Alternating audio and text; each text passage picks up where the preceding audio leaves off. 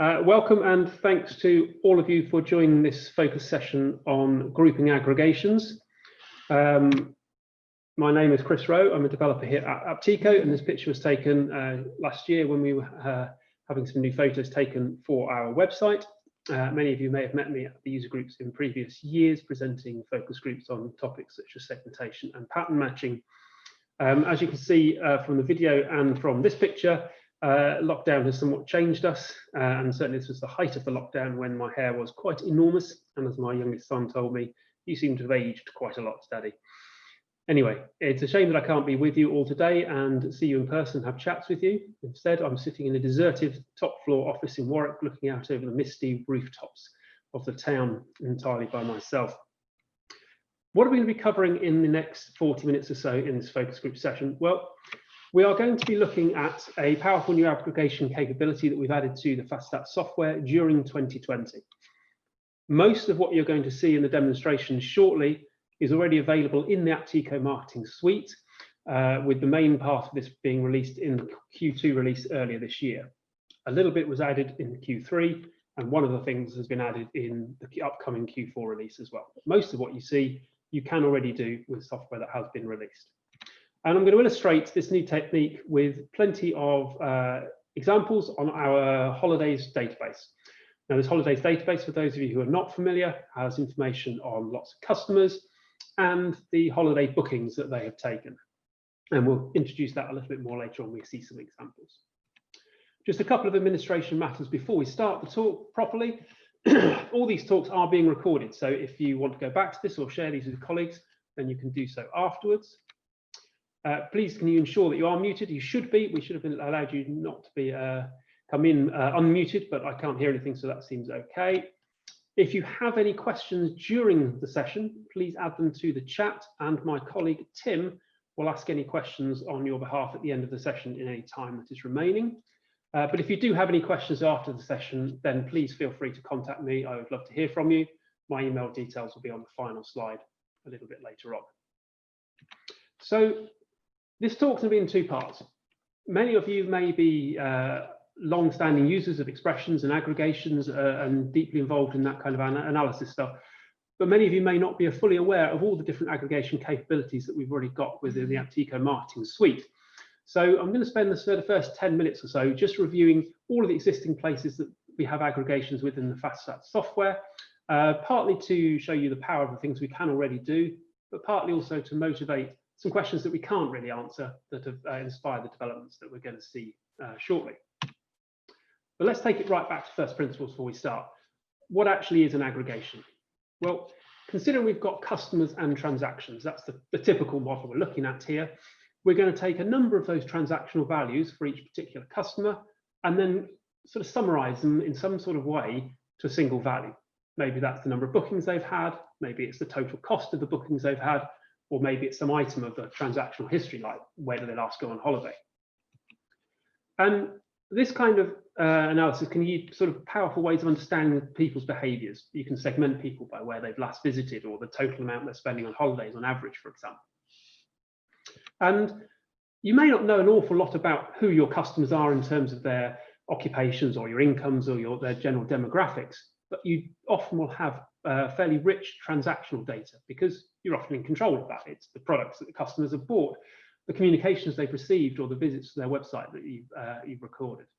So this is a powerful way of undertaking insight into your customers. But this isn't a new topic in FastStats at all, far from it. Aggregations have been there for many, many years, and they exist in many different places in the software already. So here's a quick overview of all the places you can use aggregations in FastStats already. Possibly the first one you would have ever seen would have been the concept of recency, frequency, value in selections, the typical marketing RFV. And here's an example of the screenshot of the user interface. On the right-hand side here, I'm looking at summarizing bookings, my holiday bookings up to a customer person level. And I'm looking here to select people whose total holiday cost is greater than £1,000. A step further than that is we can crystallize that information into virtual variables. So we have the count, the recency, the aggregation wizards that all are to do with the recency and frequency and value, and taking that information we've just seen and crystallizing it into a virtual variable. So here, for example, is the total sum of holiday cost again, and that would then be available as a numeric variable for each of the customers within my system. We have the same concept available in data grids. I can take a data grid at the customer level, here with just the person URN, and then I'm putting onto that transactional fields, the holiday cost here, with different aggregation functions. So I've chosen here to put the mean and the sum of the holiday cost, and here's the sort of the way in which I specify the sum, and you can see in here the values that are returned. So we can do aggregations directly into data grid columns as well. And a few years ago, we introduced the concept of on-the-fly aggregations in expressions. So here we have an expression where we add an aggregation object to it, and then we compute the value of that aggregation at the time at which it is calculated and used within the software. And one of the advantages of this is we can combine several of those in a single expression and then calculate that without having to create any intermediate or any final virtual variables. And I'll talk a little bit more in a minute about the types of on-the-fly aggregations that are available. Here is a little screenshot of it in action. So over here, I have an aggregation defined as the sum of costs I've added to my expression. If I click on the sum of costs tab here, I can see the details to specify that aggregation. And here again, I'm aggregating the bookings to the person level and returning the total sum of the cost. Now, that's just one example there of an on-the-fly aggregation, but there are many different aggregations we've already introduced within this area. And I'm just going to review those for you now to show you the power of what we can already do, and then show you a couple of questions that are really still quite difficult to answer. So we have what I would term simple ones that mirror that frequency, the recency, and the value that we've just described. So the typical frequency question would be, how many bookings have I made? How many holidays have I taken? Value ones, where we apply some sort of function to a variable. A typical one might be, what is the total cost I spent on my holidays? What is the average cost I spent on my holidays? They would be an obvious questions to ask here. And finally, the recency ones here, where we take one of our transactional records and return some transactional item upon it, such as when was my last booking? Where did I last go on holiday? How much did that last holiday of mine cost? We then extended those aggregations in the on-the-fly section to what I term transactional ones. So here we are still summarizing transaction information from bookings to people, but we're returning the answer for each transactional record. And the most obvious one to do here is to rank them. So for example, I could order my transactions in terms of cost in a descending order, and then rank them from 1 to n. 4 holidays, most expensive one gets a rank of 1, least expensive gets a rank of 4. We can then have ones we call relative aggregations. So we stick them into some sort of order, often by date, and then we can shift the value of from one transactional record onto another one.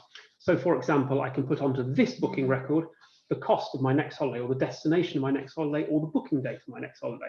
And a typical question we could answer there is, how many days between this booking and the following one? We have the idea of having running and rolling aggregations. So we can kind of sum up, or we can take a running average or a rolling average of the holiday costs up to this point. So as we go along, we can see how the average cost is changing for the holidays I've had so far. And the final one is a concept of a personal best. So here I can look to see how many times I've ever, for example, broken the most I've ever spent on a holiday destination by looking and comparing it to the previous ones and say, is this the best I've ever seen? Is this better than the previous one? Is this the same, worse, or the worst I've ever seen? We then also have a set of sophisticated aggregations in the pattern match area. And many of you may have seen the focus group that we ran last year on this topic, where we are looking at sequences of transactions in order to try and look for particular patterns. And an obvious question here would be, have I ever taken this particular sequence of destinations before? So for example, have I been to France and then Australia and Greece, for example, in order?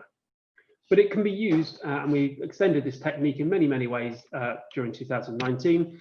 For example, you can look at, say, how many times I've been to the same place in a row, how many times I've been on different holidays, to answer questions like propensity to switch holiday destinations would be an example of something here. So if I always go to the same holiday destination and you're just getting a new destination for your catalogue, maybe I'm not the kind of person to market that new destination to.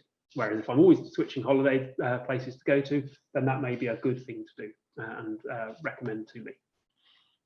And those pattern match aggregations I've written quite a lot about for our Apteco blogs available on our Apteco website.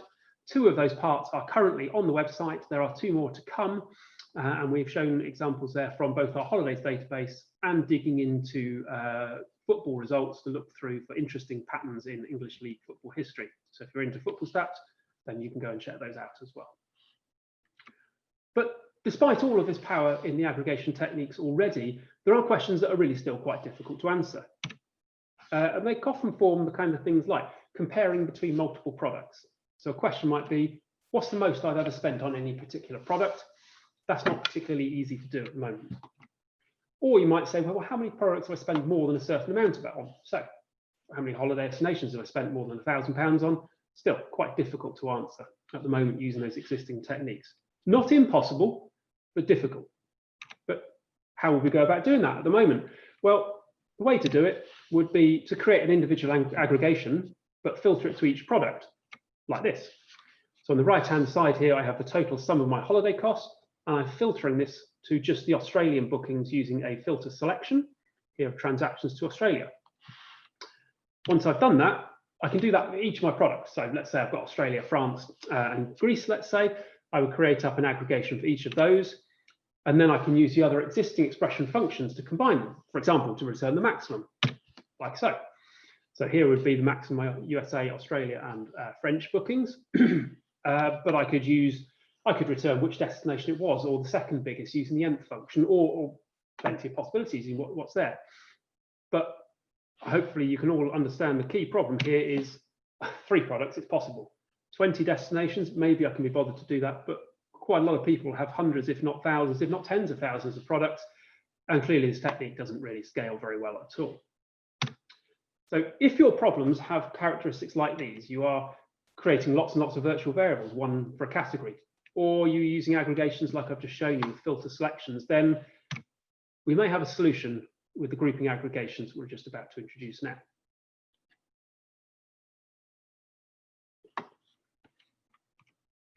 Okay, let's look at this new idea of aggregating in groups. So I'm going to illustrate this idea in theory first by considering an example person as follows. Here's a particular customer, and they've been on a number of different holidays, as illustrated by those pictures. And the first thing we're going to do in this new grouping aggregation is we're going to split them up by a selector variable. And in the examples that I'm going to show you now, I'm going to split them up by holiday destination. So I've had 3 holidays to Australia, 1 to France, and 2 to the United States. Once I've done that, I'm going to look at the transactions in each of those groups and apply some sort of function to them, and then summarize them for each individual group. So here are the holiday costs for each of those destinations. And something I might do is I might take the sum of the cost for each group. So the top group there, we sum up those 3 holidays. That's £3,000 I spent to Australia, obviously £1,500 for the single holiday to France, and £4,000 for my 2 holidays to the United States. So we end up then with a result for each of those groups. And then we apply a function to those groups to return back a value for each of my customers. So we can do a numerical summary, such as, for example, maximum value. It doesn't take a rocket scientist to realize that that one there is the maximum value. So the most I spent on any destination is the £4,000 to the United States. Let's have a look at that in FastStats now. So here is the FastStats software, and on the left-hand side here, I've already created up a selection of some interesting people in our database, because unfortunately our holidays database has a lot of people who only have 1 or 2 holidays, and the grouping aggregations works better with more holidays. So I've selected people here who've had 4 or more distinct holiday destinations they've visited, and I'm showing you some of their bookings here. On the right-hand side here, I have my expression, and if I click on the button to create an aggregation, and click on the tab at the bottom, we can go and specify the information about the aggregation. In the frequency section here, we have now, if I click on the button there, I can go down and check the one that says category grouping, and I'm going to be summarizing here the bookings for the person. And the first step, as we saw in that slide, was I need to group it by a selector. So I'm going to bring destination across and drop it into here. Our next stage is to construct that function for those transactions, and it's defaulting to the sum, and I'm going to drag across here the cost of the holiday. And then from those results, we're going to return some function that's set up here to return the maximum. This is basically now the biggest spend on a destination. If I drag that across onto my data grid and build it, and I have a look in here, then I'm going to scroll down very slightly to look at this customer here, 11192, and they've had 5 holidays, 4 different destinations. The most they've spent on any individual destination is the £1,024 on the single holiday to Australia, which is more than the sum, for example, of the 2 holidays to the United States and the single holiday to Greece and the single holiday to Kuwait. We're not limited to just the sum of the cost in this function group here. There are a number of different functions we can apply to the transactions in each group, like so.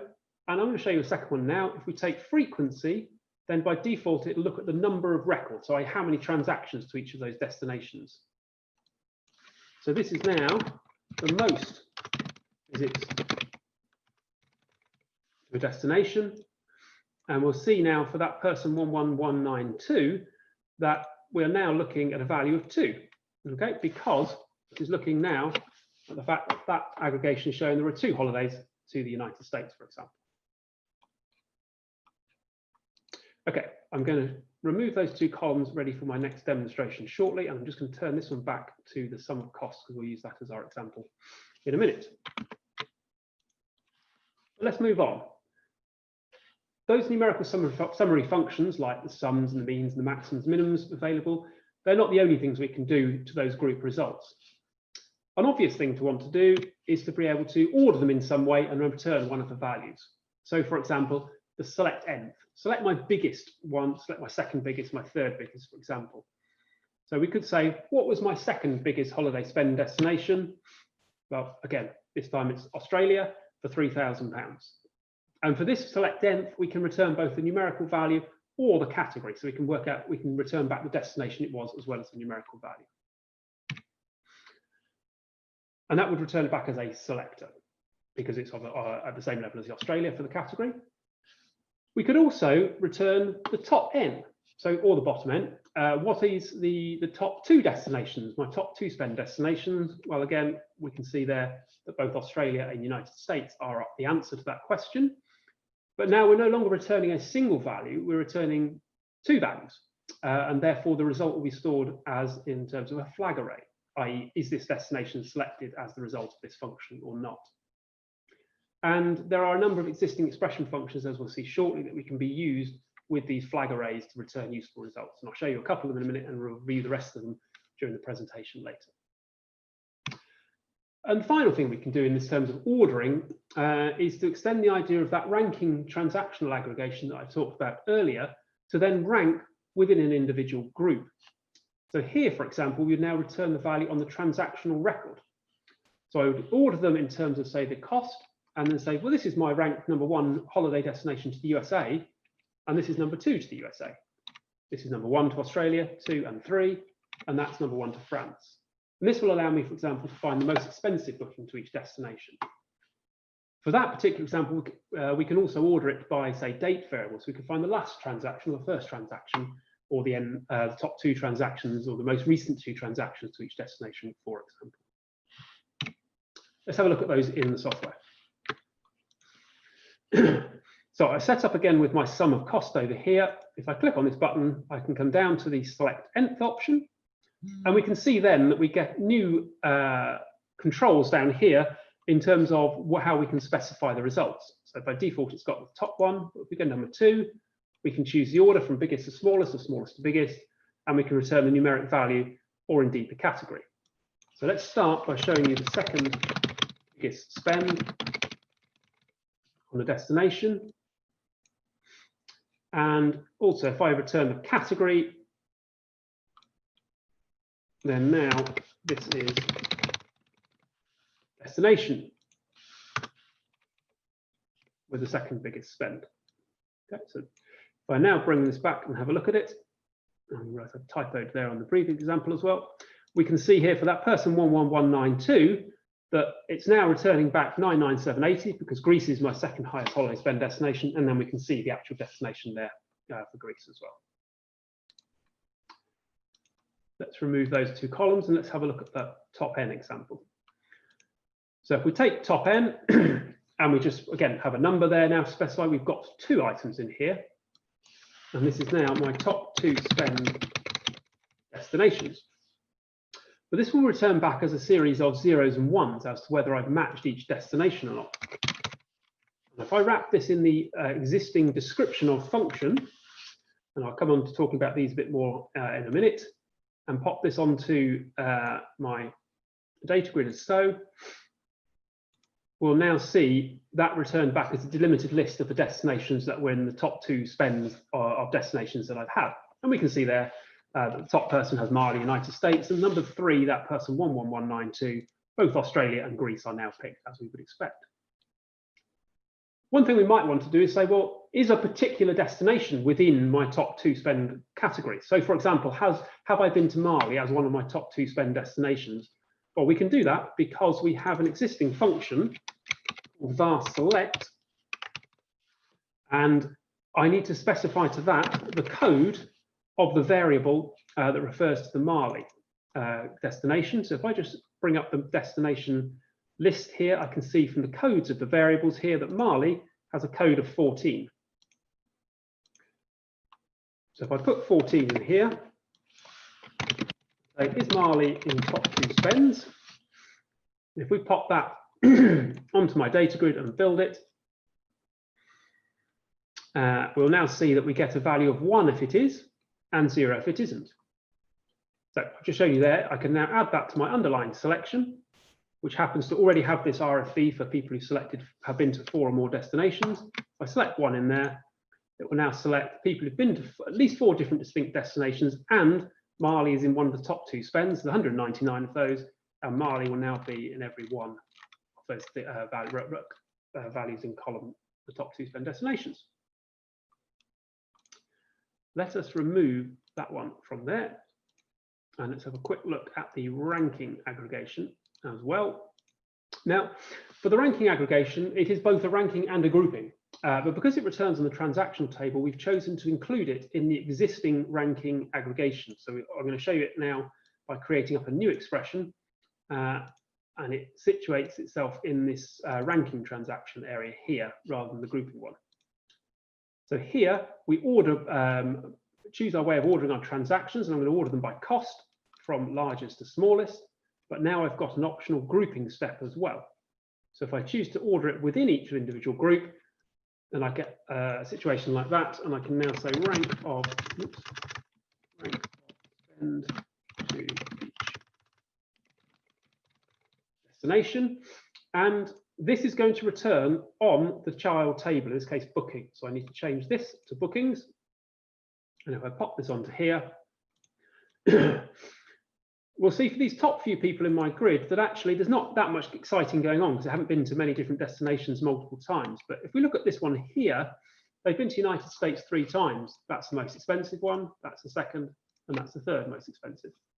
If I put that on this expression onto an underlying selection, then I could have selected all the values of 1 and selected the most expensive value holiday to each destination. Okay, let's finish with that one. And let's return back to the presentation. So just a little bit more detail on those functions. So for the nth ones we saw, we can order them in either direction. Most of the time you're going to want to order them from the top, but we've allowed you to do it in both directions.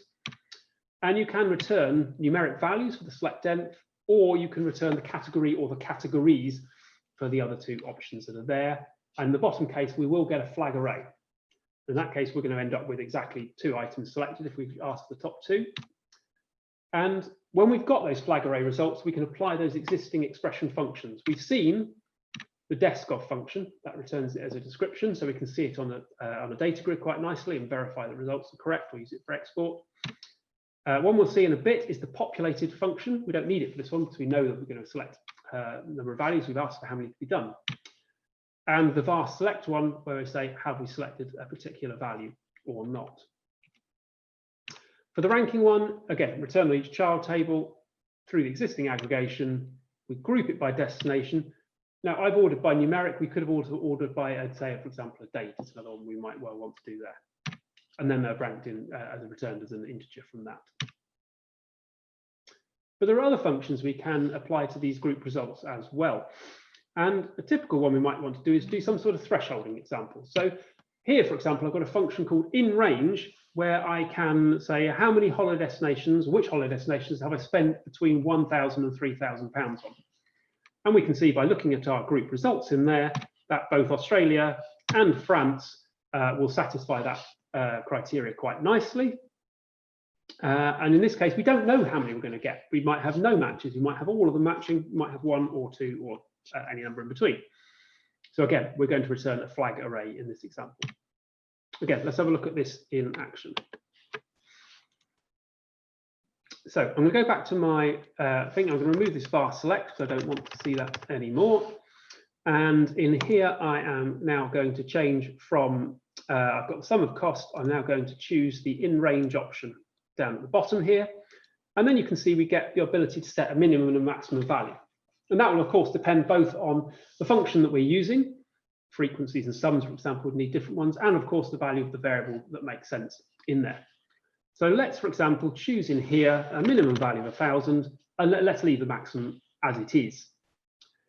And what this is now going to give us is going to be destinations over 1,000. I'm just going to make my text expression bigger here.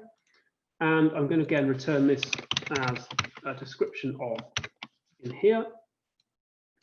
And when we add that to our data grid, we will find that the top person's got 2 different destinations. That one's got 2. Our person 11192 has only got Australia.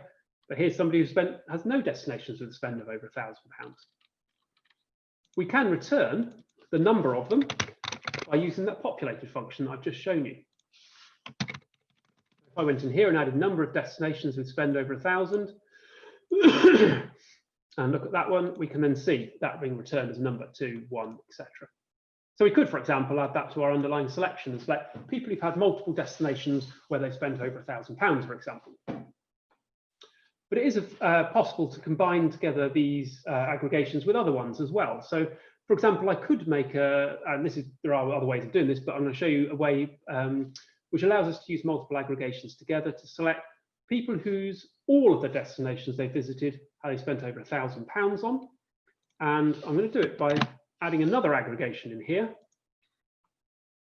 And that other aggregation, I'm going to set as a value one. And I'm going to count the number of distinct holiday destinations they visited.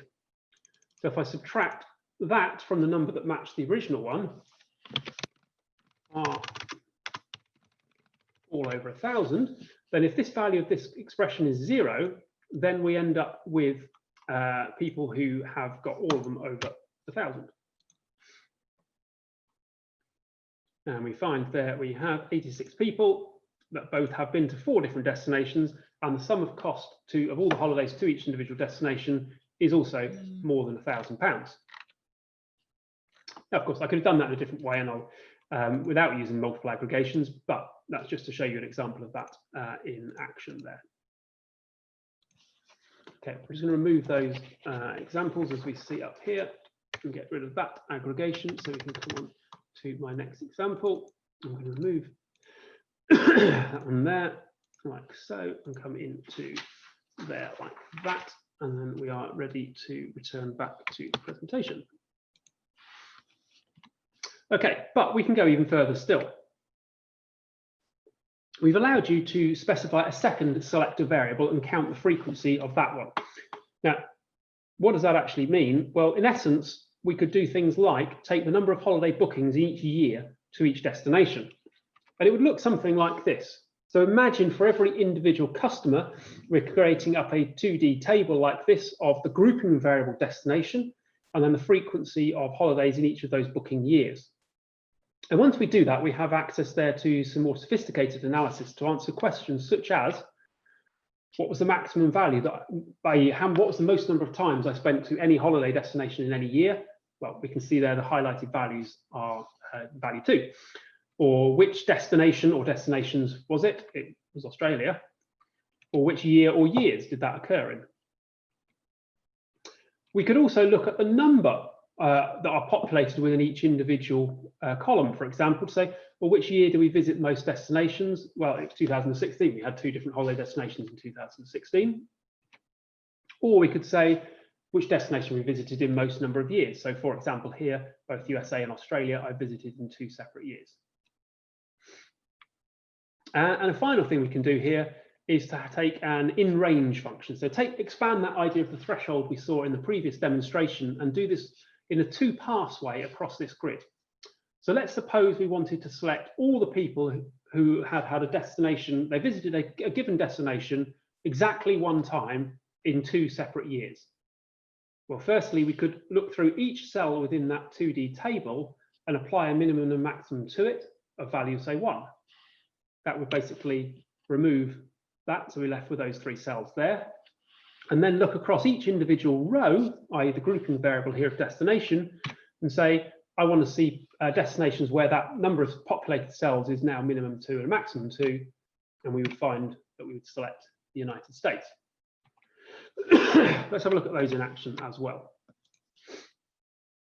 So if I go back to my example here, this will now require us to change this to the frequency function.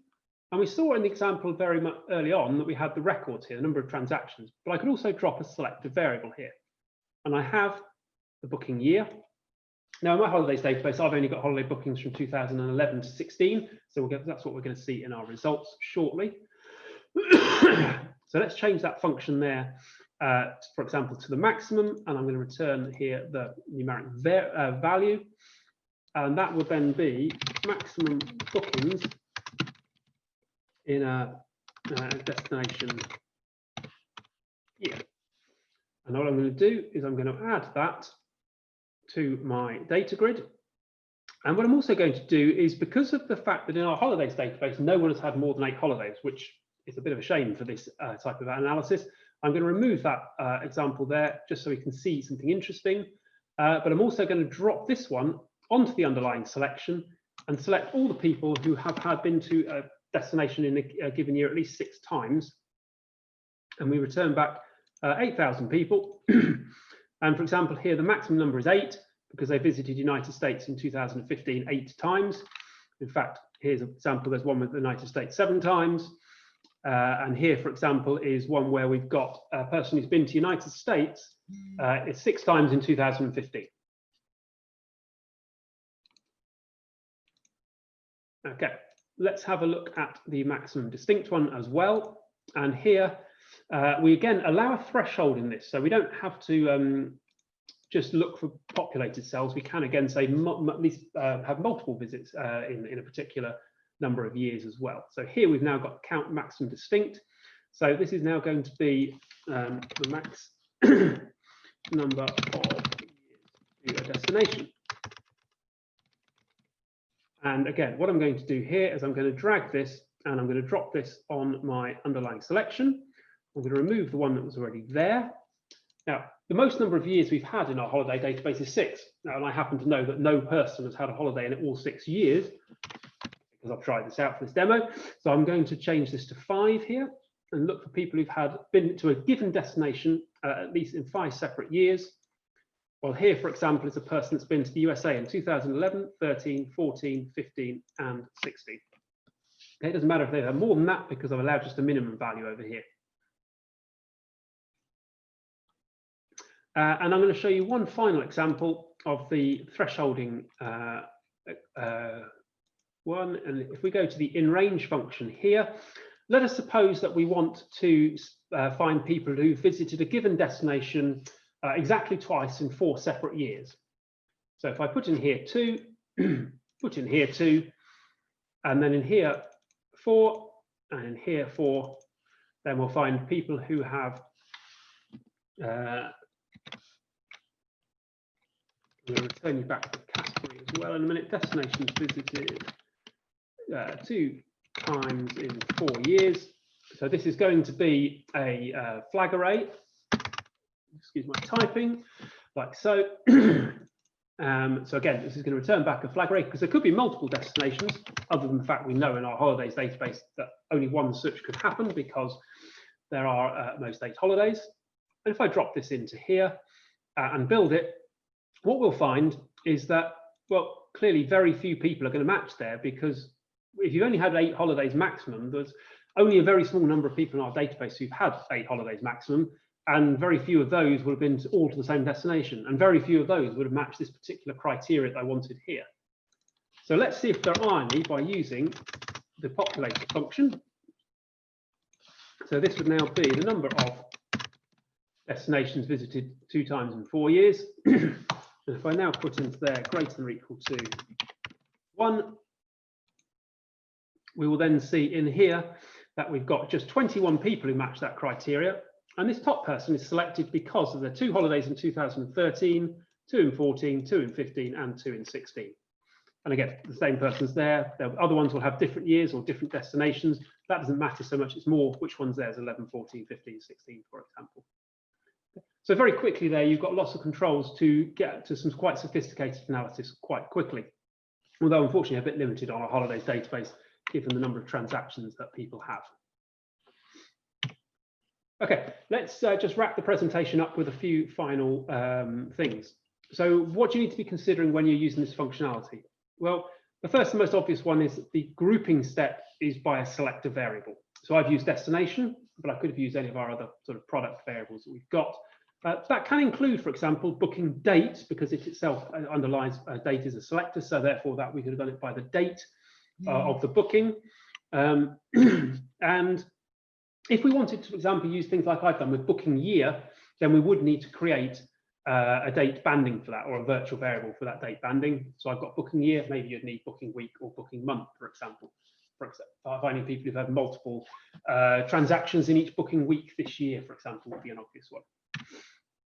If you've got selector variables with a large number of categories, then you may well need to turn your text variable into a selector in order to be able to use the category grouping aggregation technique.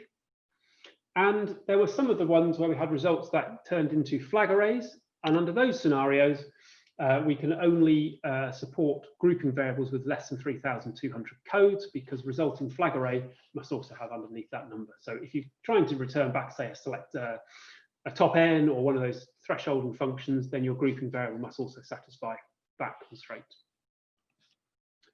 But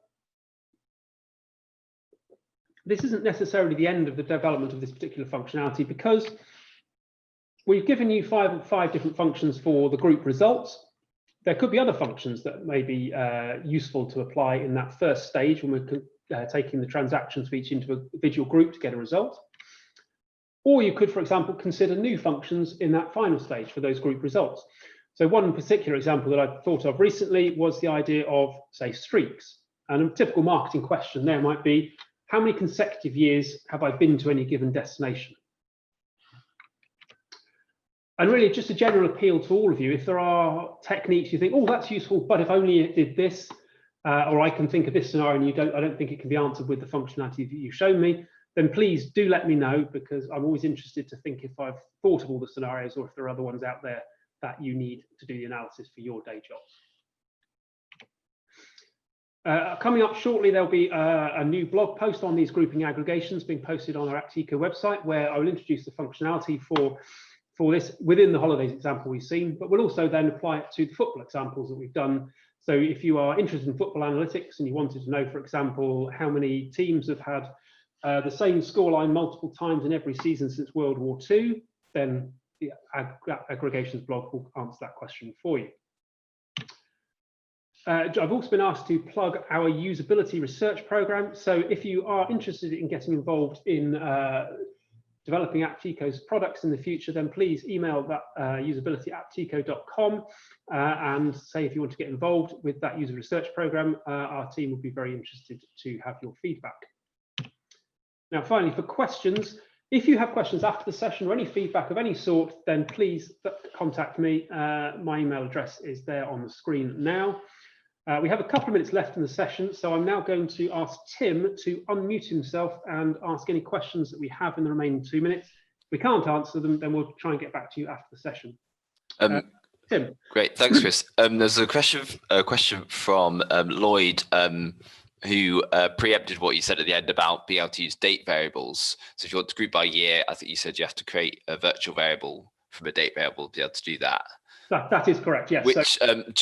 Which virtual variable wizard do you need to do that? Yeah. So for example, for the booking year variable that I've done, then the easiest way to do that is to use the combined categories wizard and group by rule for the first 4 digits, so that you end up with the booking year. Other ones you might need to do in different ways, but yes, that you would need to create a virtual variable if you wanted to do by some sort of date banding. Great. Another question from Stefan was, let me just read it. When returning a category name, is it then possible to save it as a selector variable rather than a text variable? So we saw the text of the name appear on the data grid. Is it being returned as text from the expression as well? And how do you work with that? Yeah, so that's a very good question. At the moment, the actual object itself within the expression tool is stored as a selector, but the output of the aggregation itself would be a text variable. And it struck me the other day that that was a limitation, and it would be nice to look at to see whether we can force that into a selector object, because if you then created that expression as a selector, it would then go onto a cube in a more natural format than it would do at the moment. So it's a very good question and something I've considered just recently, but at the moment we don't support, but I will look into that. Great. And there's another couple of questions about the deskov and populated and things like that. Those are all selector expressions, is that right? Yes, they live in the selector expressions menu. They do. They live in the selector expressions menu, and they can be used with both selector and flag array variables and selector and flag array cached variables, or these aggregations. And they have been in the software for a number of years. Yes, so we've not changed the way they work. They've just been extended so they can support these new scenarios. Great. And a final question, in terms of kind of help and documentation, where's the best place to go to look for, if you want to find out about expressions or search for this kind of stuff, or for the aggregations, where is that information available? Yeah, we have a number of different resource areas. I've obviously highlighted during this talk some of the blogs that I've written, but they generally give you a sort of an overview of the functionality along with some examples of them in use. The online help within the software and the knowledge base articles that our training team produce should give you the answers to those questions. But if you're unsure and you can't find them, then please do drop an email to either training@apteco.com or support@apteco.com, and they'll be able to help you. Great. I think we are now due back on the main platform for the next session. So okay, so Tim, if you can find us any more questions, if we haven't answered your question, Tim will look at the chat and make sure, and if we will get back to you after the session if we can. But for the remainder of you, if you can return back to the main platform now, and thank you very much for your time.